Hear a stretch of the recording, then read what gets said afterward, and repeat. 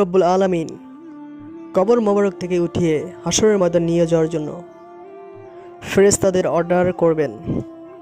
হযরত জিবরাইল, হযরত মিকাইল, হযরত ইসরাফিল, হযরত আজরাইল আলাইহিস সালাম, এই চারজন ফেরেশতা নবীজিকে কবর মোবারক থেকে ওঠানোর জন্য মদিনা মনোয়ারায় যাবে, কিন্তু নবীজিকে ডাকার জন্য কেউ সাহস করতে পারে না।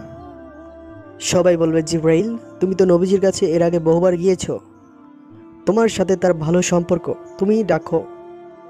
বিশ্ব নবীকে ডাকার মতন আমাদের কারো সাহস নাই।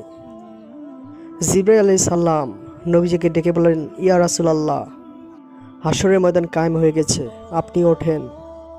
তখন নবীজি কবর থেকে উঠে তার কপালের বালু মুছতে মুছতে বলবেন, জিবরাইল, আমার উম্মত কোথায়? আমাকে নেওয়ার জন্য কি তারা আসে নাই, নাকি তারা জাহান্নামে চলে গেছে?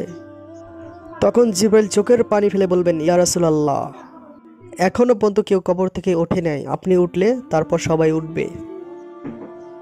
তো আমাদের আলোর পাঁচ চ্যানেলটি সাবস্ক্রাইব করবেন, আমাদের সাথেই থাকবেন, ইসলামিক চ্যানেল। আল্লাহ হাফেজ। এবং ভিডিওটি শেয়ার করতে বলবেন, একটু শেয়ার, একটা লাইক এবং সাবস্ক্রাইব। আল্লাহ হাফেজ।